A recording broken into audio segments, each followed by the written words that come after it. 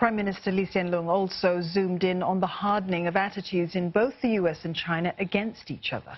Calling it worrying, he outlined the extreme outcomes of prolonged tensions and urged both powers to come to a politically acceptable agreement. He said it would be in their interests to not be distracted by their, quote, troubled relations. Ariel Lim reports.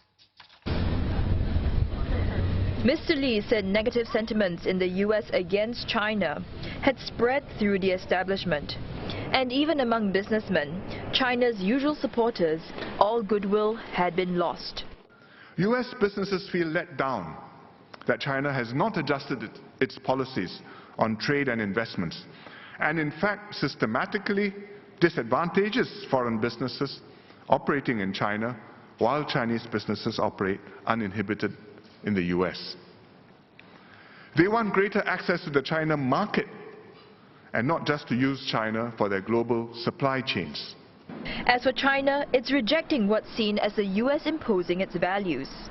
In China, views are hardening too. There are those who see the US as trying to thwart China's legitimate ambitions, convinced that no matter what they do or concede on individual issues, the US will never be satisfied. They are alarmed by talk of a clash of civilizations between the US and China.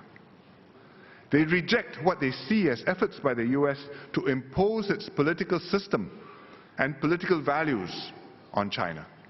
This, coupled with strong nationalistic fervor, meant few would think more positively of the US's intentions. The fundamental problem between the US and China is a mutual lack of strategic trust. This bodes ill for any compromise or peaceful accommodation.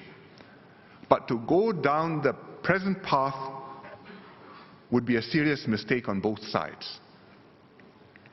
There is no strategic inevitability about a US-China face-off.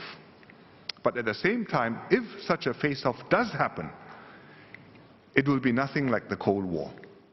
Mr. Lee said unlike its past tensions with the Soviet bloc, the US doesn't have an ideological divide with China that can't be reconciled. And others in Asia want US and China to resolve their differences. These countries, such as Japan and Thailand, want to be friends with both, so they can nurture defense ties with the US and grow business links with China. And he warned against continued tensions.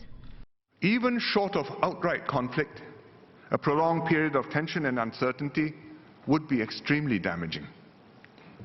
Many serious international problems, like the Korean situation, nuclear non-proliferation, and climate change, cannot be tackled without the full participation of the US and China, together with other countries. In economic terms, the loss will not just be a percentage point or two of GDP, but the huge benefits of globalized markets and production chains, and the sharing of knowledge and breakthroughs that enable all countries to progress faster together. We should therefore do our utmost to avoid going down the path of conflict and causing enmity on both sides that will last for generations. Of course, it's the duty of security and defense establishments to think the unthinkable and plan for worst-case scenarios. But it's the responsibility of political leaders to find solutions to head off these extreme outcomes. Mr. Lee added it was hard for US and China to come to an agreement, with strong domestic pressures in both countries. Many Americans are losing faith in globalization, while China is facing internal pressures such as rural poverty and an aging population. Moreover, both sides are sensitive to being perceived as weak.